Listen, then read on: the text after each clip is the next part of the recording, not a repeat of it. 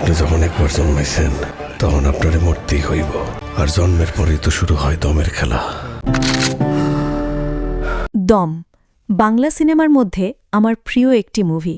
এত মারামারি কাটাকাটির সিনেমার ভিড়ে আপনি যদি একটি রুচিশীল গল্পের সিনেমা দেখতে চান তাহলে এই ভিডিওটি আপনার জন্য।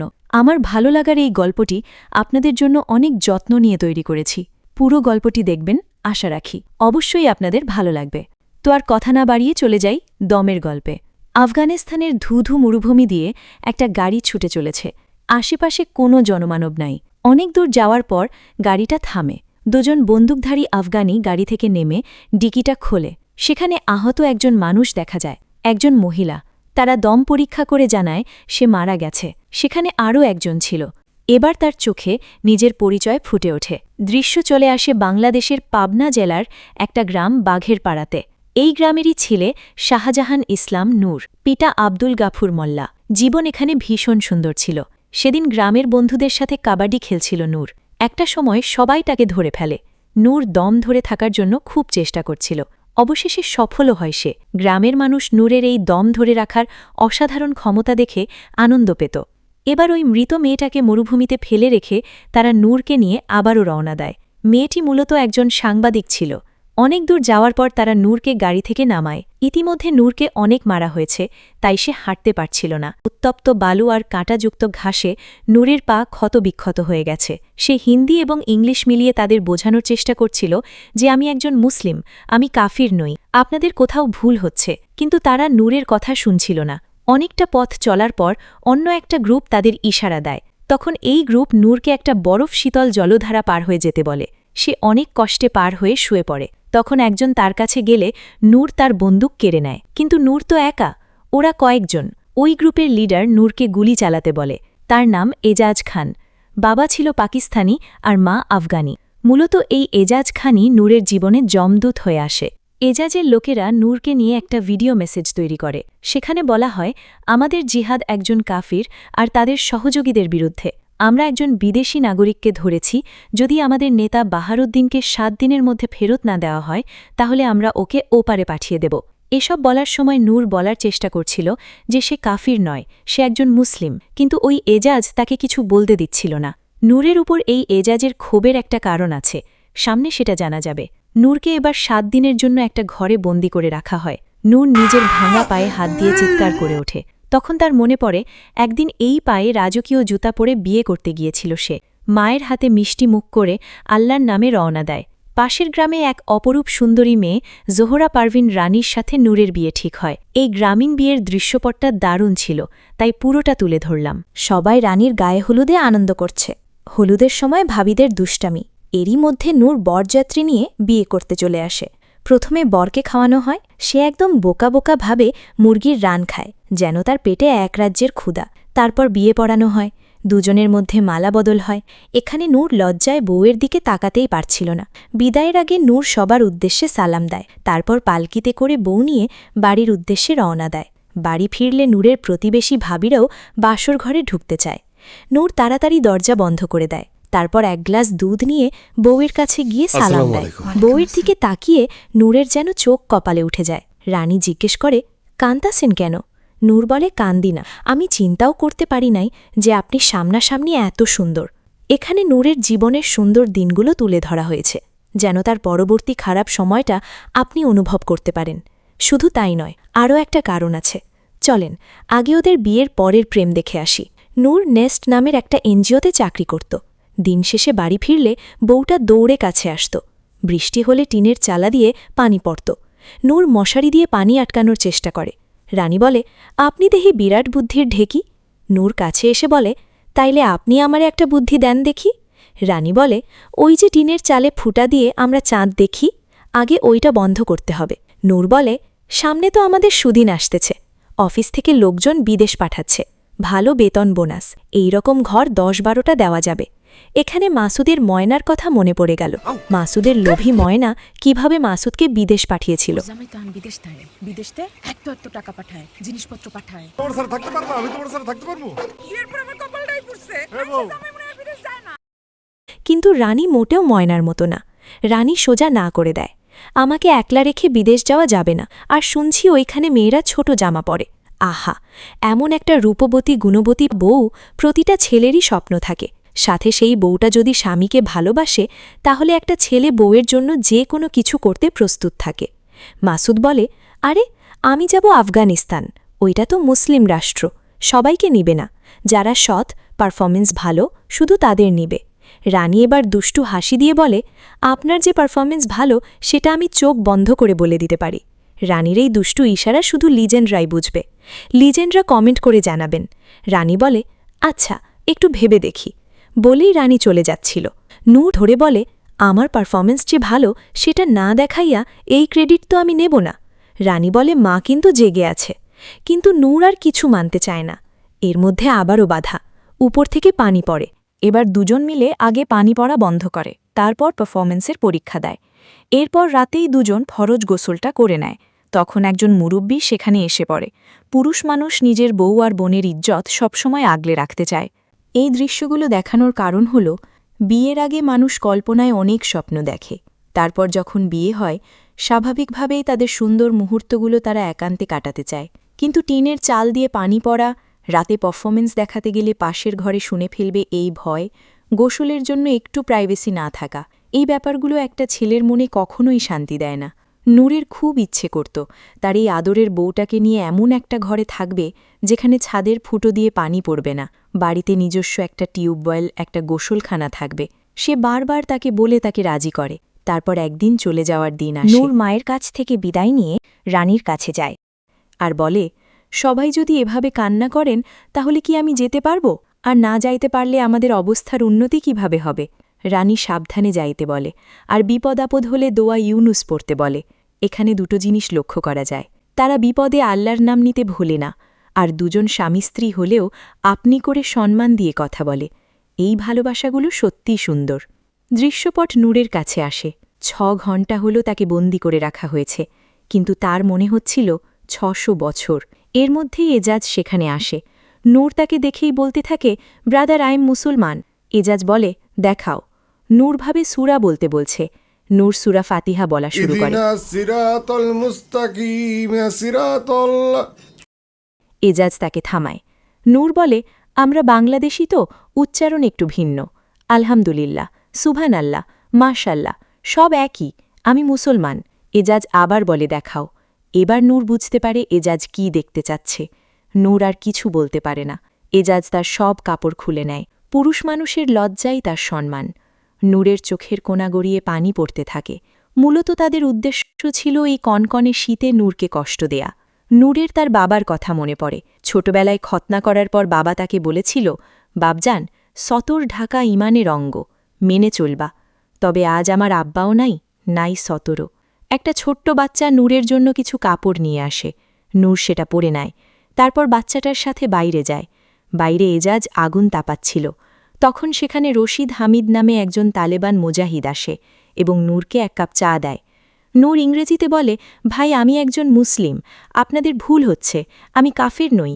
রশিদ বলে, তুমি শাহজাহান ইসলাম নূর, একজন বাংলাদেশি, নেস্ট এনজিওর হয়ে কাজ করো, ঠিক না? তাহলে আমরা ভুল করিনি।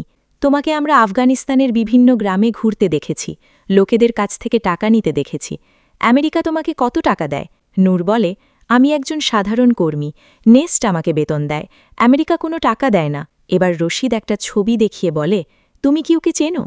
নূর চিনতে পারে, সুজিত। বাংলাদেশ থেকে আফগানিস্তান এসে সুজিতের সাথেই তার প্রথম দেখা হয়। তখন সে নেস্ট অফিসের সবার সাথে নূরকে পরিচয় করিয়ে দেয়। রশিদ বলে, তার মানে সুজিত তোমার বন্ধু? নূর বলে, সুজিত আমার বন্ধু হতে পারে না, ও একটা পিওর ক্ষণিকের ছেলে। সেদিন ফিল্ড ভিজিটে যাওয়ার সময় সুজিত নূরকে বলছিল, একসময় আফগানিস্তান থেকে লোকেরা কাবুলিওয়ালা সেজে আমাদের দেশে যাইত এবং লোনের ব্যবসা করত। এখন আমরা এই দেশে লোনের ব্যবসা করলেই কাফের উপাধি দেয়। নূর বলে, সব ঠিক আছে, তবে সবসময় আমাদের বুকের ভেতর অর্থাৎ ঈমান ঠিক রাখা লাগবে। ওই যে সামনের ওই গ্রামে লোন দেওয়া হয়েছে, কিন্তু 50% কিস্তি শোধ করে নাই কেন? সুজিত গাড়ি থামায় আর বলে, তুমি আশেপাশের সব গ্রামে যাও, কিন্তু ওই লাকান গ্রামে যাও না, ওইখানে ভেজাল আছে। নূর হেসে বলে, গ্রামে ভেজাল নাকি আপনার মধ্যে ভেজাল? অর্থাৎ নূর এখানে অডিট করতে এসেছে। নূরের ধারণা, মানুষ ঠিকই কিস্তি দেয়, কিন্তু সুজিত সেটা নয়ছয় করে। এরপর দুজন লাকান গ্রামের এক লোন গ্রহীতার কাছে যায়। নূর তাকে ইংরেজিতে বলার চেষ্টা করে, আমরা আপনাকে টাকা দিয়েছিলাম আপনার উপকারের জন্য, এখন আপনি টাকা ফেরত দিলে সেটা আবার অন্যের উপকারে কাজে লাগানো হবে। লোকটা বলে, তোমাদের আগেও আমাদের গ্রামে আসতে বারণ করেছি, তালেবান জানতে পারলে তোমাদের বিপদ হবে। নূর তার কথা বুঝতে পারে না। সুজিত ঠিকই বোঝে। নূর তাকে জিজ্ঞেস করে, কি বলল? সুজিত বলে, পরে বলতেছি, থামেন। নূর বলে, বুঝছি, তো সে টাকা ফেরত দিছে, আপনি খায়া ফেলছেন তাই না? তখন সুজিত বলে, আরে ভাই, সে বলতেছে তালেবানরা যদি আমাদের দেখে ফেলে তাইলে একদম টেংরি ভেঙে দিবে, কারণ তালেবান সুদ খাওয়া পছন্দ করে না।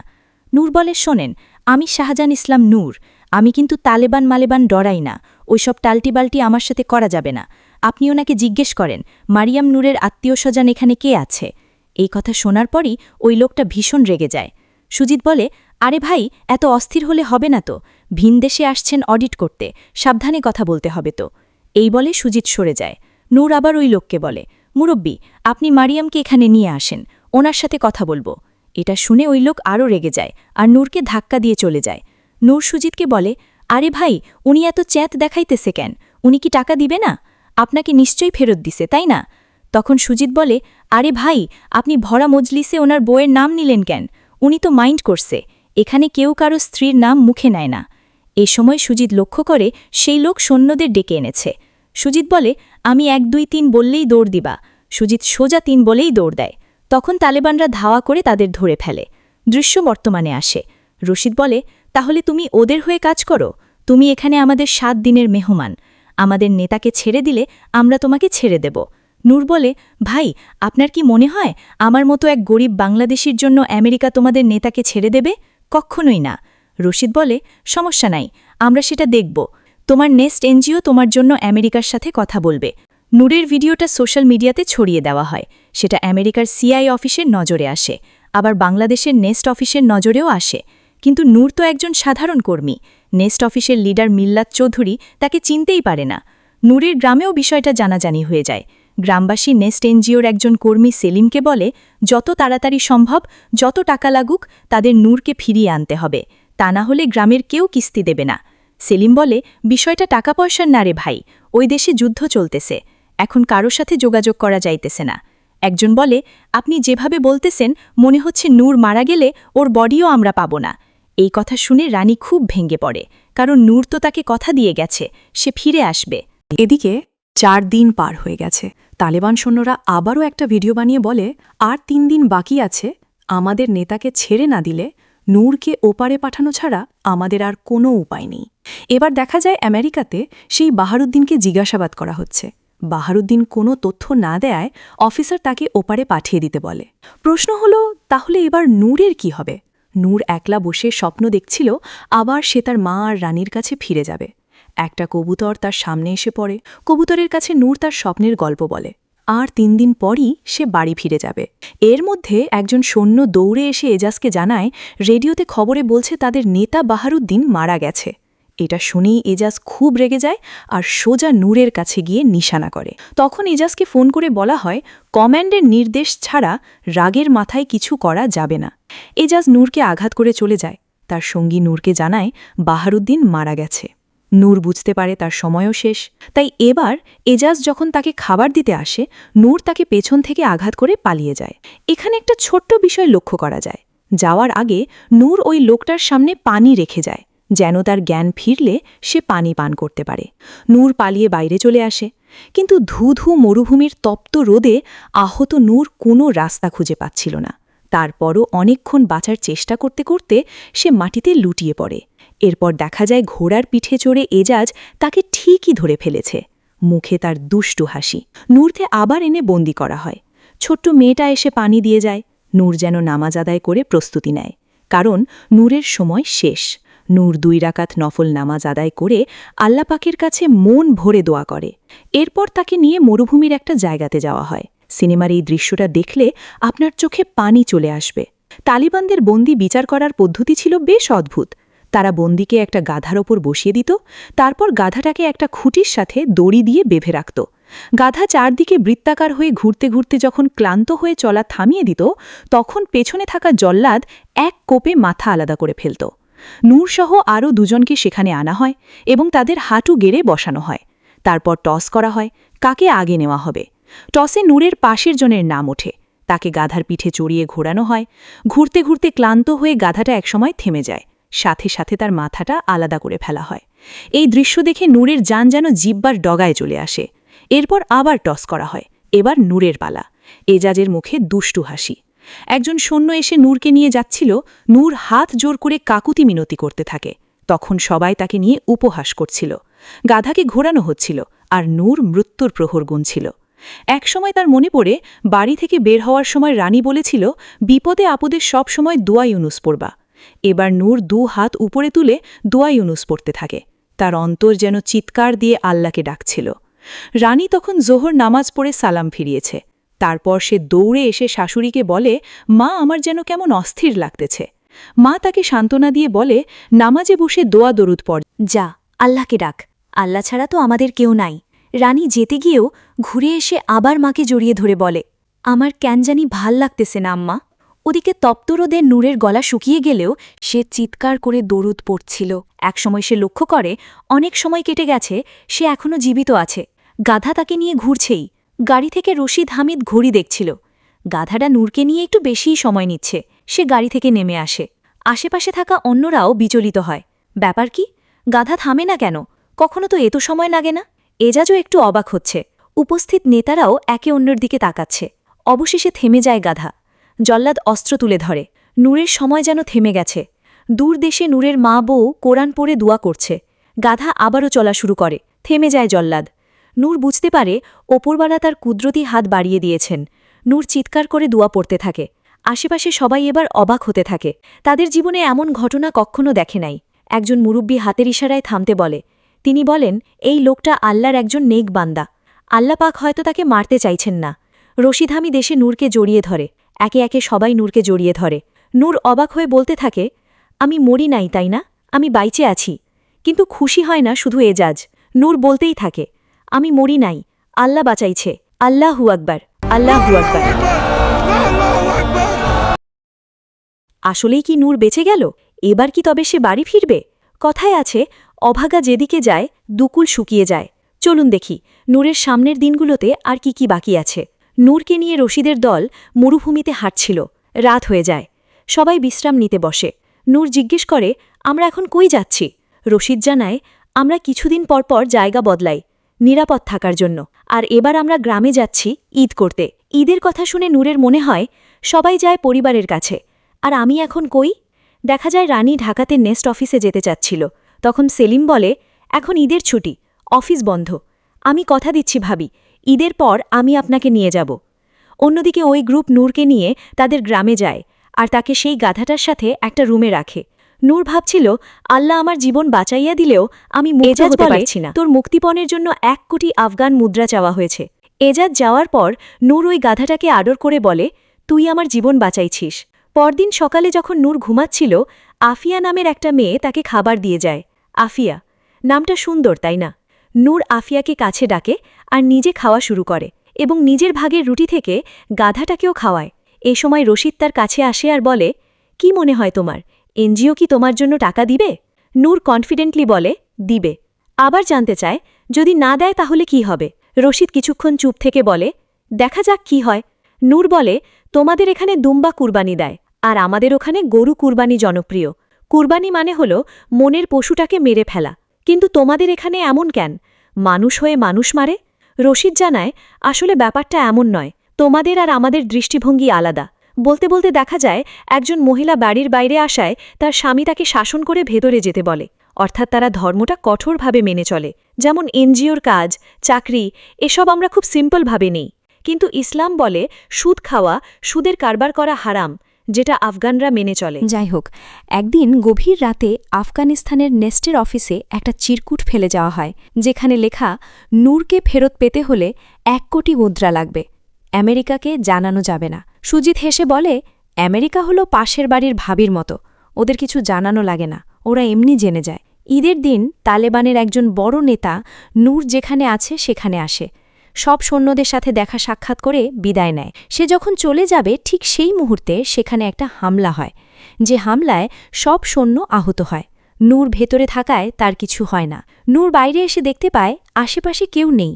তখন সে মনে করে তার বাড়ি ফিরে যাওয়ার এটাই সুযোগ। সে দ্রুত একটা গাড়িতে উঠে পড়ে, আর তখনই সে দেখতে পায় সেই আফিয়া মেয়েটা পড়ে আছে। নূর নিজের পালানোর কথা না ভেবে আফিয়ার কাছে যায়, কিন্তু ততক্ষণে মেয়েটা মারা গিয়েছিল। নূরের আর পালানো হয় না। অন্যদিকে রানী নেস্টের অফিসে এসে বসেছিল, কিন্তু তাকে মিল্লাত অর্থাৎ নেস্টের এমডির সাথে দেখা করতে দেওয়া হচ্ছিল না। নানা রকম তালবাহানা করে অপেক্ষা করানো হচ্ছিল। একসময় রানী জোর করেই অফিস রুমে ঢুকে পড়ে, আর মিল্লাত সাহেবকে অনুরোধ করে বলে, আমার স্বামী খুব ভালো মানুষ স্যার, উনি আমাকে একটা ঘর আর একটা টিউবওয়েল দিতে চেয়েছিল। আমার কিচ্ছু লাগবে না, ওরে শুধু ফিরায় এনে দেন। মিল্লাত বলে, আমরা চেষ্টা করছি, ওরা টাকা চেয়েছে, কিন্তু আমরা টাকা দিলে ওদের লোভ বেড়ে যাবে। ওখানে আমাদের আরও লোক রয়েছে, পরবর্তীতে তাদেরকেও ধরবে। এসব শুনতে শুনতে রানীর মাথা ঘুরে পড়ে যায়। আমেরিকান একটা টিভি নিউজে বলা হচ্ছিল, তালেবানকে কোনো টাকা দেওয়া হবে না, কারণ টাকা পেলে ওরা অস্ত্র কিনবে, ওদের লোভ বেড়ে যাবে। সুজিত হেসে বলে, চুলের মোড়ল হয়েছে, নিজেরাও কিছু করবে না, আমাদেরও কিছু করতে দেবে না। নূর ওই গাধাটার সাথে বসেছিল। এজাজ সেখানে এসে বলে, দুই গাধা একসাথে। ওই আমেরিকান সাংবাদিক, অর্থাৎ শুরুতে যে আমরা একটা মৃত মেয়েকে দেখেছিলাম, ও যদি বেঁচে থাকত তাহলে আজ তুই বেঁচে যেতি, কারণ ও ছিল আমেরিকান, তুই তো বাংলাদেশী। তোদের জীবনের কেউ দাম দেয় না, তোদের জন্ম হয় গোলামি করার জন্য। এবার জানা যায় নূরের প্রতি এজাজের কেন এত ক্ষোভ। সে জানায় তার বাপ একজন পাকিস্তানি সৈন্য ছিল। ৭১ সালের যুদ্ধে বাংলাদেশি যোদ্ধার হাতে তার বাবার মৃত্যু হয়, আর তাই এজাজ বাংলাদেশিদের দেখতে পারে না। নূর এজাজের কোনো কথার জবাব দেয় না, কারণ সে জানে চুপ থাকলেই তার জন্য ভালো। কিন্তু এজাজ তার চুপ থাকা দেখে ভীষণ রেগে যায়, আর ওই গাধাটাকে মেরে ফেলে। এবার নূর আর চুপ থাকতে পারে না, এজাজকে ধরে আচ্ছা মতো বানাতে থাকে। তখন পিছন থেকে এক সেনা এসে নূরকে আঘাত করে এজাজকে বাঁচায়। এই ব্যবহারের জন্য নূরের বিচার বসে। কমান্ডার এজাজকে রাগ করে এবং তাকে অন্য এলাকায় ট্রান্সফার করে দেয়। যাওয়ার আগে নূরের কানে বলে যায়, তোকে আমি শেষ করবই। এরপর কমান্ডার নূরকে বলে, তুমিও তোমার সীমা অতিক্রম করেছ। গাধাটাকে মারায় নূরের ভেতর থেকে মৃত্যু ভয় চলে গিয়েছিল। সে বলে, আমি নূর, মুসলমানের বাচ্চা, আমাকে মারো, গাধাটাকে কেন মারলে? मैं नूर मुसलमान का बच्चा गोली करो। নূর একদম ভেঙে পড়ে আর বলতে থাকে, এভাবে তোমরা টাকা পাবা না, আমাকে যোগাযোগ করার সুযোগ দাও, আমি টাকার ব্যবস্থা করব। এরপর একদিন নূরকে নিয়ে সুজিতের সাথে দেখা করানো হয়। দুজন দুজনকে দেখে খুব ইমোশনাল হয়ে পড়ে। সুজিত বলে, একটা জিনিস ভেবে আমি অবাক হয়েছি, দুনিয়ায় এত মানুষ থাকতে তুমি আমার সাথে দেখা করতে চাইছো ভাই। দুনিয়া ওলট পালট করে হলেও আমি তোমাকে উদ্ধার করব ভাই। নূর সুজিতকে তার কম্পিউটারের পাসওয়ার্ড দেয়, রানী বাংলাদেশ। সেখানে কয়েকটা গ্রামের হিসেব আছে, সেখান থেকে টাকা তুললে প্রায় কোটি টাকা হবে। এবার দুজনকে আলাদা করে দেওয়া হয়। তখন দূর থেকে সুজিত জানায়, একটা কথা বলতে ভুলে গেছি ভাই, তুমি বাবা হতে চলেছ। এই কথা শুনে নূরের ভেতরে বেঁচে থাকার ইচ্ছা আরও তীব্র হয়। এবার সুজিত টাকা গোছানো শুরু করে। সে অফিসের সবার কাছে নূরের জন্য সাহায্য চায়। সবাই তাদের ১ মাসের বেতন নূরের জন্য দিয়ে দেয়। তারপর সুজিত গ্রামে গ্রামে গিয়ে কিস্তির টাকা তুলতে থাকে। এদিকে রানী ঢাকায় এসে পররাষ্ট্রমন্ত্রীর সাথে দেখা করার জন্য অপেক্ষা করে, কিন্তু তাকে সুযোগ দেওয়া হয় না। একদিন এক সাংবাদিক ব্যাপারটা খেয়াল করে, তখন রানী তাকে সবকিছু খুলে বলে। এরপর প্রেস মিটিংয়ে ওই সাংবাদিক মন্ত্রীকে নূরের ব্যাপারে জিজ্ঞেস করে, আর নূরের ব্যাপারটা মিডিয়াতে চলে আসে। ওদিকে সুজিত সব টাকা সংগ্রহ করে দেখে অর্ধেকও হয় নাই, কারণ যুদ্ধে ৩টে গ্রাম নাই হয়ে গেছিল। সুজিতের বস বলে, এই অর্ধেক টাকা দিয়ে তুমি ওকে বাঁচাতে পারবে? সুজিত বলে, দেখি চেষ্টা করে, অর্ধেক দিয়ে যদি 2 দিনও বাঁচাতে পারি। তাও তো 2 দিন আমার ভাই দুনিয়ায় থাকল। বস বলে, এই অর্ধেক টাকা নিয়ে গেলে ওরা তোমাকেও বাঁচিয়ে রাখবে না। কেন বাড়াবাড়ি করতেছ সুজিত?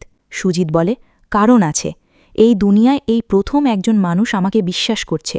আপনি তো কোনোদিন আমাকে বিশ্বাস করেন নাই। সুজিত চলে যাচ্ছিল, বস আবার তাকে থামায়। সুজিত রেগে বলে, হাকিম ভাই, আমার ঘাড় খুব তেড়া, আমি যা বলি তাই করি, যা করি তাই বলি, আমি আমার জীবন দিয়ে হলেও এই বিশ্বাসটা রাখব। হাকিম সুজিতকে জড়িয়ে ধরে। অন্যদিকে রানীকে শুধু অপেক্ষাই করানো হচ্ছিল। তারপর একসময় রানী মন্ত্রীর সামনে একদম বসে পড়ে। তার একটা ব্যবস্থা করতেই হবে। বাধ্য হয়ে মন্ত্রী তাকে সময় দেয়। রানী জানায় অর্ধেক টাকা জোগাড় হয়েছে। দেখা যায় সুজিত অর্ধেক টাকা নিয়ে নেতার কাছে যায়। নেতা টাকা গুনে দেখে পুরো টাকা নেই। তাই তারা রেগে যায় আর সুজিতকে চলে যেতে বলে।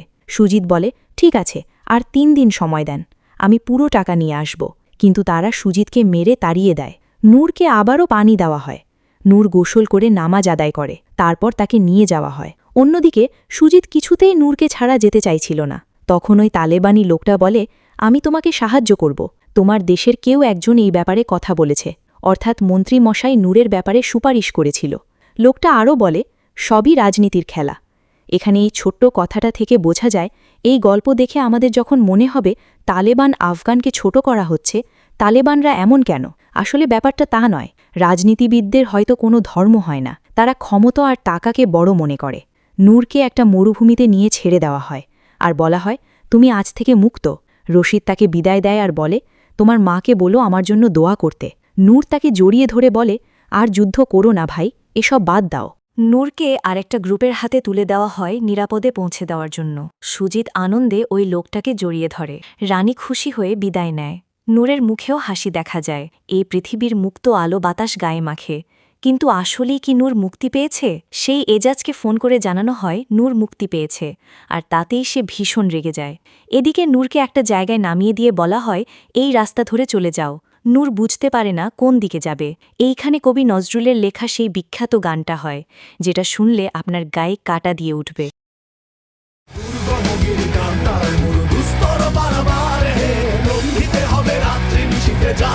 এখানে পরিস্থিতির সাথে গানটা দারুণভাবে মিলে গেছে দুপাশে পাহাড় পায়ের নিচে তপ্ত বালি নূর অজানা গন্তব্যে হাঁটছিল